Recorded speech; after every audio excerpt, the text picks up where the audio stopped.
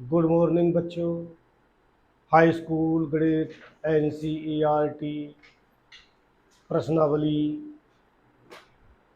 3.5 का चौथा प्रश्न है।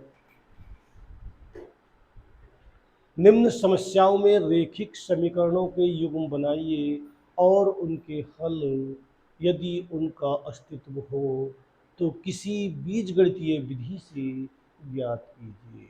अब इसका पहला खंड है, एक छात्रावास के मासिक व्यय का एक भाग नियत है तथा शेष इस पर निर्भर करता है कि छात्र ने कितने दिन भोजन लिया है। जब एक विद्यार्थी ए को जो 20 दिन भोजन करता है 1000 रुपये छात्रावास के लिए अदा करने पड़ते हैं, जबकि एक विद्यार्थी बी को जो 26 दिन भोजन करता है छात्रावास के व्यय के लिए रुपये 1180 अदा करने पड़ते हैं। तो नियत व्यय और प्रतिदिन के भोजन का मूल्य ज्ञात कीजिए। तो यहाँ पे हमसे पूछा गया है कि नियत व्यय क्या है। तो छात्रावास के मासिक व्यय का एक भाग नियत है, ये है। तो यहाँ मान लेते हैं, माना नियत व्यय X रुपये और प्रतिदिन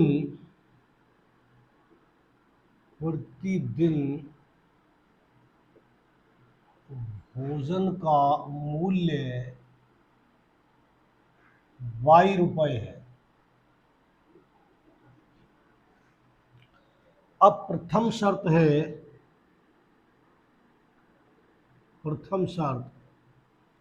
ये जो 20 दिन भोजन करता है, प्रथम शर्त है ये 20 दिन भोजन करता है, तो यानी कि नियत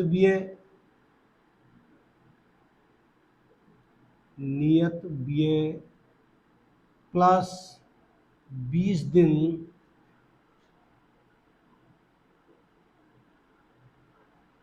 भोजन का मूल्य बराबर 1000 रुपये।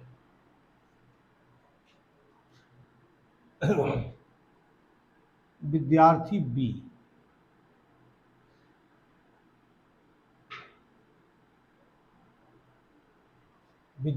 बी इसका नियत व्यय प्लस 20 दिन भोजन का मूल्य बराबर 1000 रुपये। तो नियत व्यय है X रुपये प्लस एक दिन, यानी कि प्रतिदिन का मतलब एक दिन के भोजन का मूल्य है 22 रुपये। तो 20 दिन का हो गया 20/22 और बराबर 1000 रुपये। समीकरण नंबर 1। अब द्वितीय शर्त है इनकी,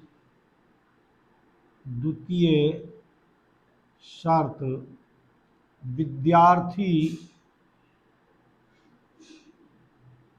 बी जो 26 दिन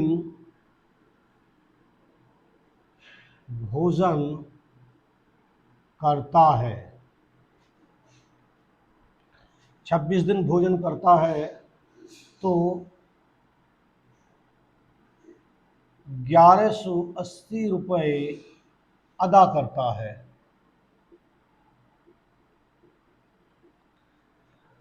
तो नियत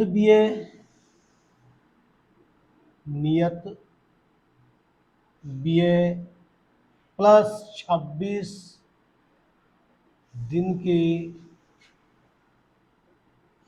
भोजन का मूल्य बराबर हो गया 1180 रुपये। अब नियत व्यय है यहाँ पे X रुपये प्लस 26 दिन का हो गया 26/22 और बराबर 1180। समीकरण नंबर 2। अब हम समीकरण 1 तथा 2 को, अब ये कह रहे हैं किसी भी बीजगणितीय विधि से हमें हल करना है, तो हम इस सवाल को बलोपन विधि से हल करते हैं। तो यहाँ पे समीकरण एक तथा दो को घटाने पर, तो एक तथा दो को घटा देंगे तो ये है x प्लस 20y बराबर 1000, समीकरण नंबर एक। दूसरी है x प्लस 26y बराबर 1180, समीकरण नंबर दो। यहाँ पे लिख देंगे घटाने पर, चिन्ह बदले जाएंगे, माइनस माइनस माइनस, एक्स से एक्स कट गया, यहाँ से बचेगा माइनस के 6y बराबर माइनस का, यहाँ से बचेगा 180, माइनस से माइनस कट गया और y बराबर 180/6, 6 से इसे काट देंगे, 6×18 और y बराबर आ गया 30। अब y का मान समीकरण फर्स्ट में रखने पर, अब y का मान समीकरण नंबर फर्स्ट में रख देंगे तो फर्स्ट समीकरण ये है, तो x प्लस 20 गुणा y का मान है 30 और बराबर 1000, x बराबर 1000 माइनस इसकी गुणा करेंगे तो ये हो गया 600 और x बराबर आ गया, यहाँ से घटाया इसमें से 1000 में से 600 घटाया तो बचा 400। तो नियत व्यय x बराबर 400 रुपये प्रतिदिन भोजन का मूल्य y बराबर 30 रुपये। तो ये इसका आंसर है।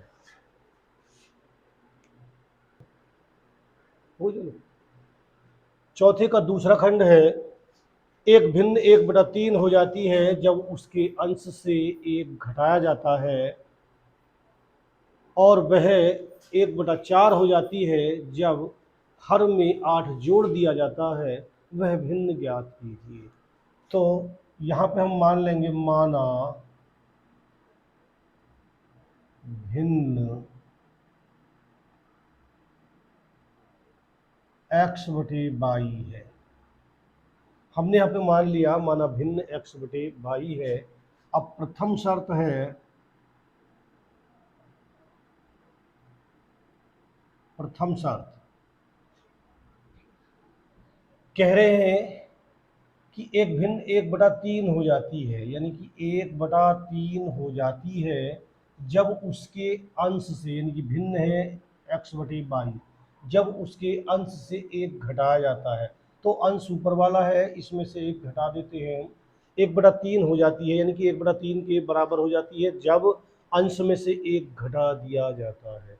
तो मैंने इसके अंश में से एक घटा दिया तो ये 1/3 के बराबर हो जाती है, या इस तरह से भी लिख सकते हैं, जैसे भिन्न ये है x/y और इसमें से अगर एक घटा दिया जाता है तो बराबर हो जाती है 1/3 के। अब इसकी मल्टीप्लाई कर दो तो इसकी आड़ी गुणा कर देते हैं, तो 3x - 3 बराबर y, इसे उठा के धर लाएंगे तो 3x - y बराबर, इसे उठा के धर ले जाएंगे 3 को, तो प्लस का हो गया, समीकरण नंबर 1। अब द्वितीय शर्त है,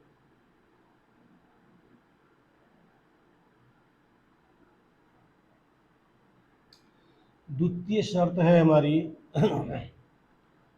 वह 1/4 हो जाती है जब हर में 8 जोड़ दिया जाता है। तो भिन्न है x/y, हर में 8 जोड़ने से वह 1/4 के बराबर हो जाती है। इसकी मल्टीप्लाई कर लेते हैं, हमारी गुणा कर लेते हैं, तो हो जाएगा 4x बराबर y प्लस 8, y को उठा के धर लाएंगे तो 4x - y बराबर 8, समीकरण नंबर। अब हम यहाँ पे समीकरण 1 से विलोपन विधि से हल करते हैं। समीकरण 1 से समीकरण 2 को घटाने पर, तो एक है 3x-y बराबर 3, समीकरण नंबर 1। 4x-y बराबर 8, ये हो गई साहब समीकरण नंबर 2। यहाँ पे लिखेंगे घटाने पर, माइनस प्लस माइनस, बाई से बाई कट गया, यहाँ से बचेगा माइनस का x बराबर माइनस का 5, माइनस से माइनस कट गई और x बराबर आ गया 5। अब x का मान समीकरण 1 में रखने पर, तो समीकरण 1 हमारी ये है, समीकरण 1, इसमें रख देंगे 3x के स्थान पर 5, माइनस का y बराबर 3। तो माइनस का y बराबर 3, ये इधर जाके गुणा हो गया, 5 या 15 माइनस के हो जाएगा, और माइनस का y बराबर माइनस के 12, माइनस से माइनस कट गई और y बराबर आ गया 12। तो भिन्न है हमारी, हमने भिन्न मानी थी x बटा y। x का मान आया है 5 और y का मान है 12। x का मान 5 और y का मान आया था 12, तो ये हमारा आंसर हो गया। ये हमारी भिन्न हो गई, वह भिन्न थी 5/12। और इसका चौथे का तीसरा प्रश्न है, चौथे सवाल का तीसरा खंड। यश ने एक टेस्ट में 40 अंक अर्जित किए। जब उसे सही उत्तर पर 3 अंक मिले और अशुद्ध उत्तर पर 1 अंक की कटौती की गई। यदि उसे सही उत्तर पर 4 अंक मिलते तथा अशुद्ध उत्तर पर 2 अंक कटते तो यश 50 अंक अर्जित करता। टेस्ट में कितने प्रश्न थे? तो यहाँ पे हम मान लेंगे, माना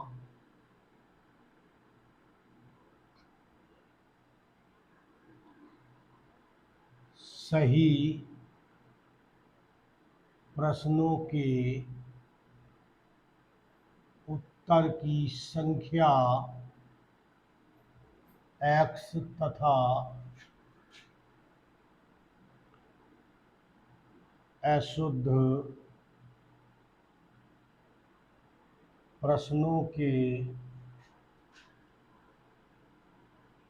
उत्तर की संख्या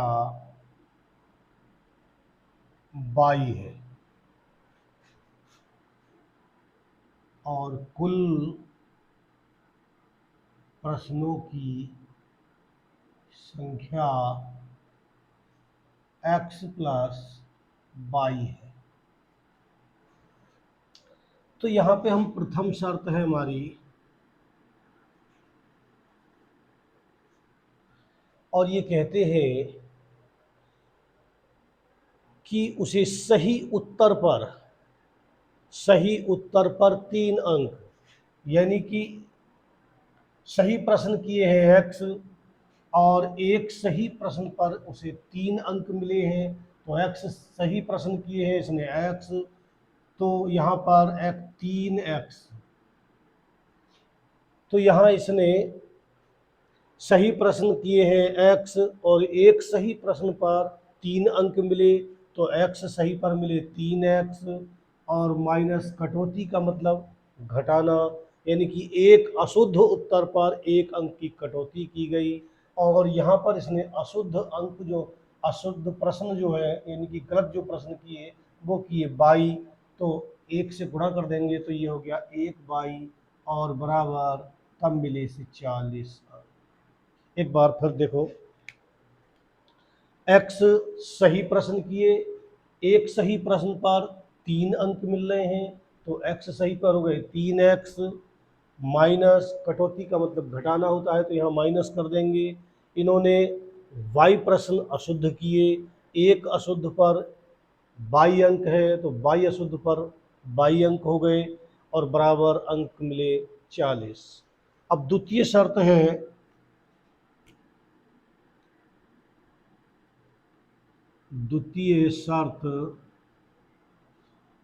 द्वितीय शर्त है यदि सही उत्तर पर 4 अंक, तो यश ने x सही उत्तर किए हैं यहाँ पर, तो x गुणा 4, यानी कि x सही किए हैं और एक सही प्रश्न पर 4 अंक मिले, माइनस इसी तरह से यहाँ पर y अशुद्ध अंक, y प्रश्न अशुद्ध किए हैं और कटौती हुई है यहाँ पर 2 अंकों की, अशुद्ध पर 2 अंकों की कटौती हुई है।